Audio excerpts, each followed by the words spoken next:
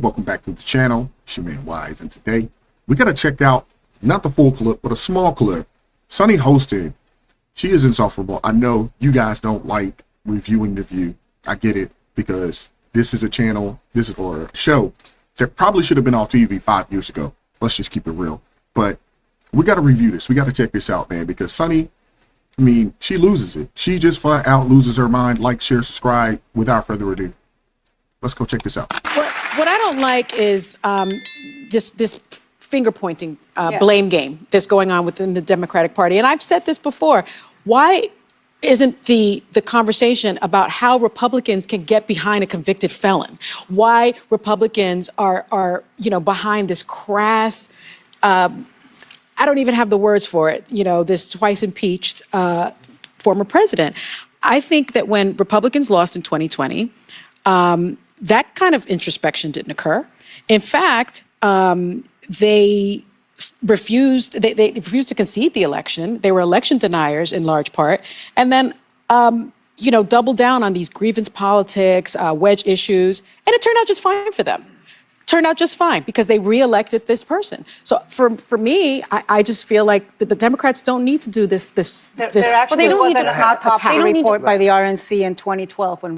What they don't understand is that it's not really about Trump as much as it is about his policies. And it's not so much about the Democrat Party or Kamala Harris as it is about their rhetoric and ideology that has gone so far left, and they're so crazy that people just can't stomach the policies that these people are pushing. So everybody talks about, or these people, they talk about the crassness or the brashness of Trump. It's not about that. We're looking at the policies.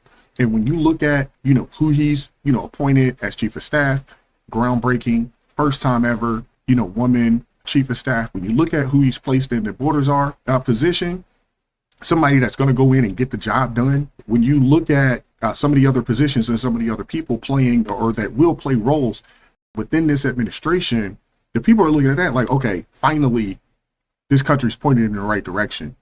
These people are still focused on things that don't actually matter. And that's what the American people stood up against last week.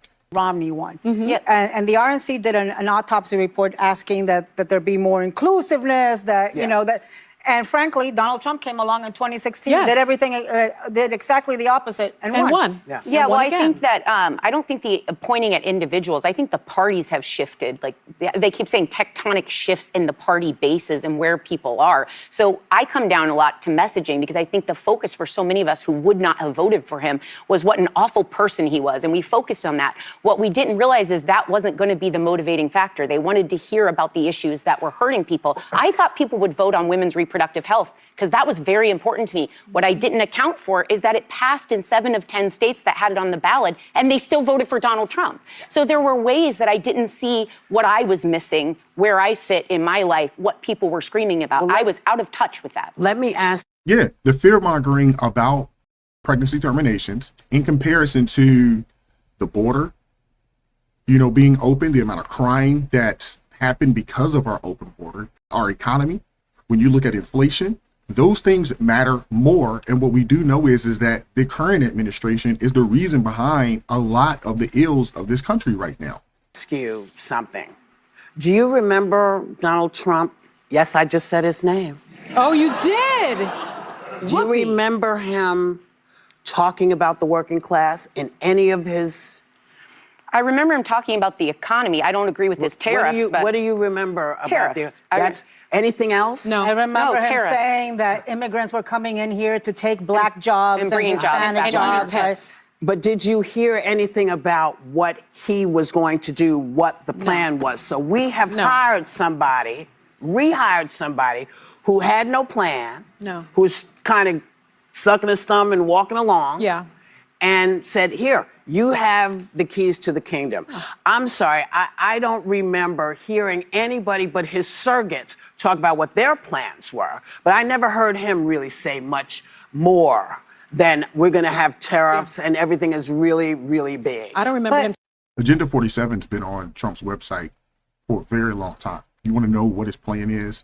Go and do that. Y'all spent so much time fear-mongering about Project 25 or 2025, that y'all failed to actually go and look at Agenda 47 and see the policies and some of the things that he wanted to implement that looks like he will be able to implement in this upcoming administration. Talking about kitchen table issues. What I don't understand, though, is like all of this finger pointing, and invariably it's going to happen. When there's a loss, like the Democrats just got routed, that's invariably going to happen, that there's going to be blame and circular firing squads and all of this. I think they need to figure out how to move forward. And I say this as somebody who's not a Democrat but wants to see two healthy parties. You know what I think they should be doing? I wish they would come in and bring in Ruben Gallego. He just won the Senate seat in Arizona, even though Kamala Harris lost the state. Bring in Jackie Rosen. She just won the Senate seat in Nevada, even though Kamala Harris lost the state. Figure out what they were saying, what they were doing. And I mean, I just, it's done, folks. Donald Trump won, and he won decisively.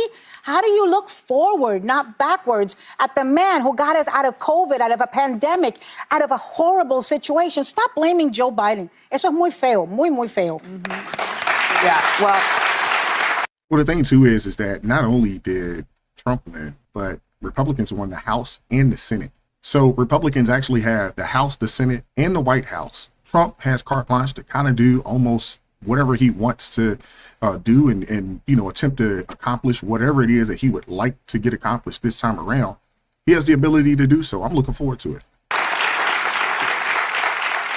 Because what else would people talk about if they didn't talk about how badly we did? Yeah, we lost. And yeah, there are lots of questions. But is somebody going to ask them at some point? It remains to be seen. But there are questions. By the way, Nancy was at Kamala Harris's election night party in Washington. I saw her. Okay. Well, I mean, I'm glad. Listen, I'm glad everybody was where they were, and we know what we need to do as Americans who don't agree, okay? So we're just going to keep on going. And I'm not pointing any fingers towards people. I'll tell you what people actually did do. But I'm not going to say, oh, my God, what happened? What happened? Yeah. We lost is what happened. Yeah. Exactly. You lost. They fear-mongered. They shamed. They lied a lot leading up to Election Day. And now all of a sudden, they know the world's not going to end. They know that the economy is going to, get better. They know that companies are going to start, hiring again. The border is going to close down. Deportations are going to happen in high numbers. I mean, you look at everything that's fallen in line, that's fallen into place right now. Putin's already reached out. The folks over in, in Iran, Hamas, they've already reached out and trying to figure out how we can solve things. New York City has decided that, hey, we're going to cut off the spigot of all this money that we're, giving to all these illegal immigrants or migrants out here. This is happening. Yes, The View, I know they're insufferable. They can panic and they can fearmonger all they want, but it didn't work. It didn't work, and it won't work the next time. And, when this election or the next election pops up, and let's not even talk about, 2028, let's not even talk about that right now. Let's talk about the things that Trump is putting in place right now to help steer this country in the right direction. I'm excited. I'm excited that some progress is already starting to be made and people already want to talk. I'm glad to see it. We are no longer looking like the weak nation that we've, portrayed ourselves to be over the past 3.5, almost 4 years now. We've looked very weak, and countries have taken advantage of it. They've taken advantage of us. Obviously, a lot of money laundering and things of that nature going on, with all these wars and all this other kind of stuff going on. And hopefully that's something that will to a cease or a stop very, very quickly. Let me know or hear from you guys. I'm looking forward to it. What do you guys think about this? Like, share, subscribe, drop me a comment. Keep God first in your life. Stay prayed up. We'll catch up with you all. Peace.